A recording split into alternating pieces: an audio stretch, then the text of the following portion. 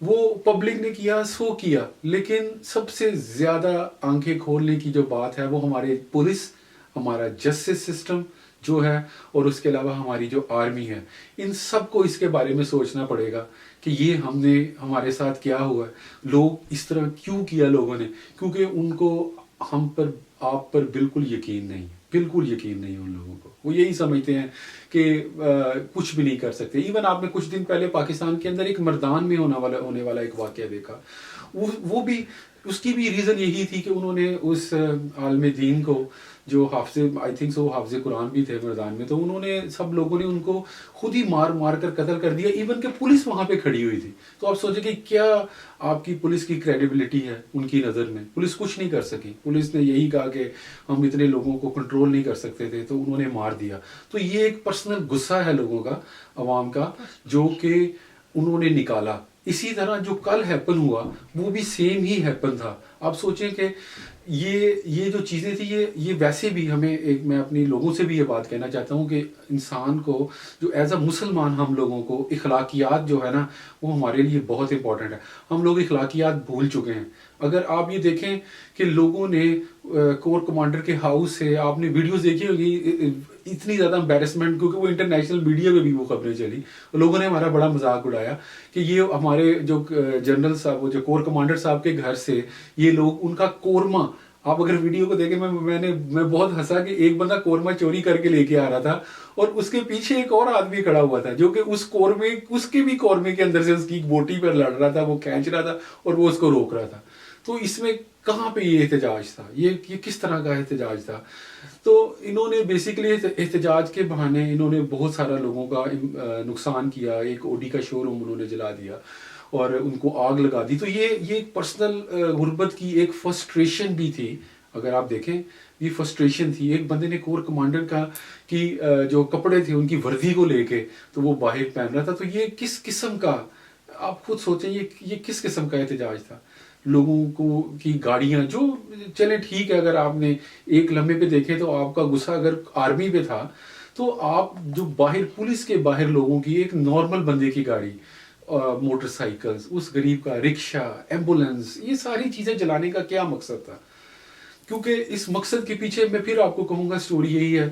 خدارا آپ جتنے بھی لوگ ہیں جو اس ٹائم جتنا بھی گورنمنٹ کی سیٹس کے اوپر بیٹھے ہوئے ہیں، آپ کا پولیس ڈپارٹمنٹ ہو گیا، آپ لوگوں کو اپنی کریڈیبلٹی کو ہائی کرنا ہوگا، کیونکہ لوگ آپ سے نہیں ڈرتے. ان کو پورا یقین ہے کہ آپ ہمارے کسی کام کے نہیں ہیں، اسی لیے ہر بندہ اپنا بدلہ خود لینا چاہتا ہے.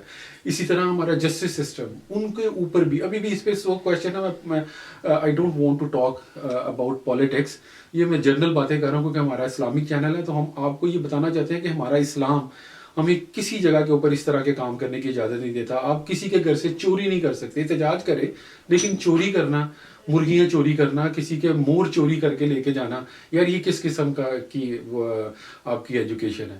تو اس کا مطلب ہے کہ ہم لوگ اسلام سے بہت دور ہیں. ہم لوگوں کو اللہ کی طرف واپس جانا چاہیے. نمازیں پڑھیں، یہ اللہ کا عذاب ہے. اب یقین کریں ہماری مسجدیں خالی، میں اکثر اپنی ویڈیوز میں بتاتا ہوں، ہم لوگ نمازیں نہیں پڑھتے، ہم لوگ قرآن نہیں پڑھتے. ہم آپ کو یہ میسج اس ویڈیو کے تھرو یہی دینا چاہتے ہیں کہ خدا را دشمن آپ لوگوں کی طرف ہے. اور آرمی کو بھی میں کہوں گا کہ یہ تبھی آپ کے اندر بھی، جو ڈیفینیٹلی ہماری آرمی بہت اچھی ہے، ہماری آرمی میں کوئی پرابلم نہیں ہے، لیکن اس میں کچھ بلیک شیپس ایوری آپ کے ڈپارٹمنٹس میں ہوتے ہیں، اور آپ کو بھی پتا ہے کہ وہ ہیں. تو کچھ لوگوں کی وجہ سے ایک مچھلی جیسے پورے تالاب کو گندا کر دیتی ہے، اسی طرح اگر آپ دیکھیں تو یہ بھی سارے کا سارا پرابلم کچھ لوگوں کی وجہ سے آپ کے پورے آرمی جو ڈپارٹمنٹ ہے اس کے اوپر انگلیاں اٹھائی گئی ہیں. خدارا آپ ان لوگوں کو پکڑنے نہیں چاہیے، آپ خود ان لوگوں کو پکڑیں جو آپ کی بلیک شیپس ہیں، ان کو پکڑ کے عوام کے سامنے لے کے آئیں تاکہ ان لوگوں کا کانفیڈنس آپ کے اوپر بلڈ ہو، ان کو پتہ لگے کہ نہیں یار یہ صحیح کام کر رہے ہیں. اور آپ خدا رہا جو غلطیاں آپ نے پیچھے کی ہیں، میں آرمی سے پیار کرتا ہوں، باقی لوگ بھی کرتے ہیں، میرے اور بھی لوگوں سے ڈسکشن ہوئی ہے، وہ سب یہ کہتے ہیں کہ ہمیں آرمی سے پیار ہے. لیکن جب آپ اس طرح کی غلطیاں بار بار دہرائیں گے نا تو یہ پرابلمز آئیں گی. ہم ابھی بھی آرمی سے پیار کرتے ہیں، ہم ابھی بھی آرمی کے ساتھ ہیں، ہمیں پتہ ہے ہم آپ کے بغیر کچھ نہیں ہیں. لیکن آپ پلیز آپ اس بات کو، اس پہ عمل کریں، اس پہ سوچیں، اپنے لوگوں کو جو بلیک شیپس ہیں ان کو پکڑیں. اسی طرح ہمارے جسٹس سسٹم میں وہاں پہ بھی یہی پرابلمز ہیں. ہم لوگوں کو انصاف نہیں دے رہے. جب آپ کسی کو انصاف نہیں دیں گے نا تو لوگ چھین لیں گے آپ سے انصاف. تو آپ لوگوں سے یہ دیکھیں, آپ یہ اس سے بڑی اگزامپل نہیں ہے, کیونکہ اللہ جو کرتا ہے وہ بہتر کرتا ہے, یہ اللہ کے حکم سے ہوا جو بھی ہوا. لیکن ہمیں اس سے کچھ سیکھنا چاہیے, بجائے کہ ہم اس کے اوپر مزید بحث کریں, مزید ٹاپک کریں. اپنے آپ کو اخلاقیات کے دائرے میں رہ کے سب کچھ کرنا سیکھیں. لوگوں سے جب میں نے پوچھا کہ آپ نے یہ چوریاں کیوں کی ہیں, تو انہوں نے کہا یہ ہمارا مال کھا گئے ہیں, یہ ہماری ہی تنخواہوں پہ پلتے ہیں, ہم نے ان سے لے لیا. جائے جو بھی تھا, کچھ بھی تھا, آپ پلیز آپ ان کے گھر آپ چوری نہیں کر سکتے. چوری کی سزا جو ہے نا وہ ڈیفرنٹ ہے. اسلام میں چوری کی سزا ہاتھ کاٹنا ہے. تو ہم لوگ کیوں اس اسلام کی طرف واپس نہیں آ رہے؟ خدا را واپس آئیں. میں نے آپ کو پہلے بھی اپنی ویڈیوز میں کہا تھا, راتوں رات کچھ نہیں ہو سکتا. ہمیں اپنی نسلیں تیار کرنی پڑے گی. آپ خود بھی نماز پڑھیں, قرآن پڑھیں. قرآن جو ہے وہ مکمل ایک ضابطہ حیات ہے. اس کے اوپر آئیں, اپنی زندگیوں کو اس کے مطابق خدا را گزارنے کی کوشش کریں, اور اپنے بچوں کی کو ایجوکیشن دیں, اسلام کی ایجوکیشن دیں. اللہ تعالیٰ ہم سب پر جو ہے نا اپنا کرم کرے, اور ہم لوگوں کو صرف اس ٹائم اللہ کی طرف واپس جانا ہے.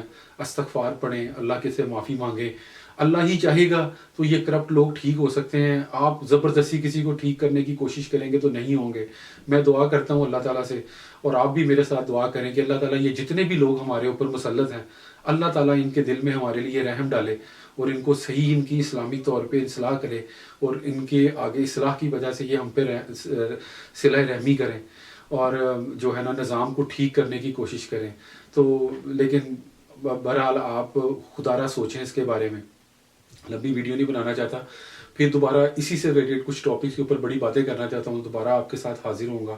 مجھے اپنی دعاؤں میں یاد رکھیے گا. Thank you very much. اللہ آپ کا حامی ناظر ہو. Thank you.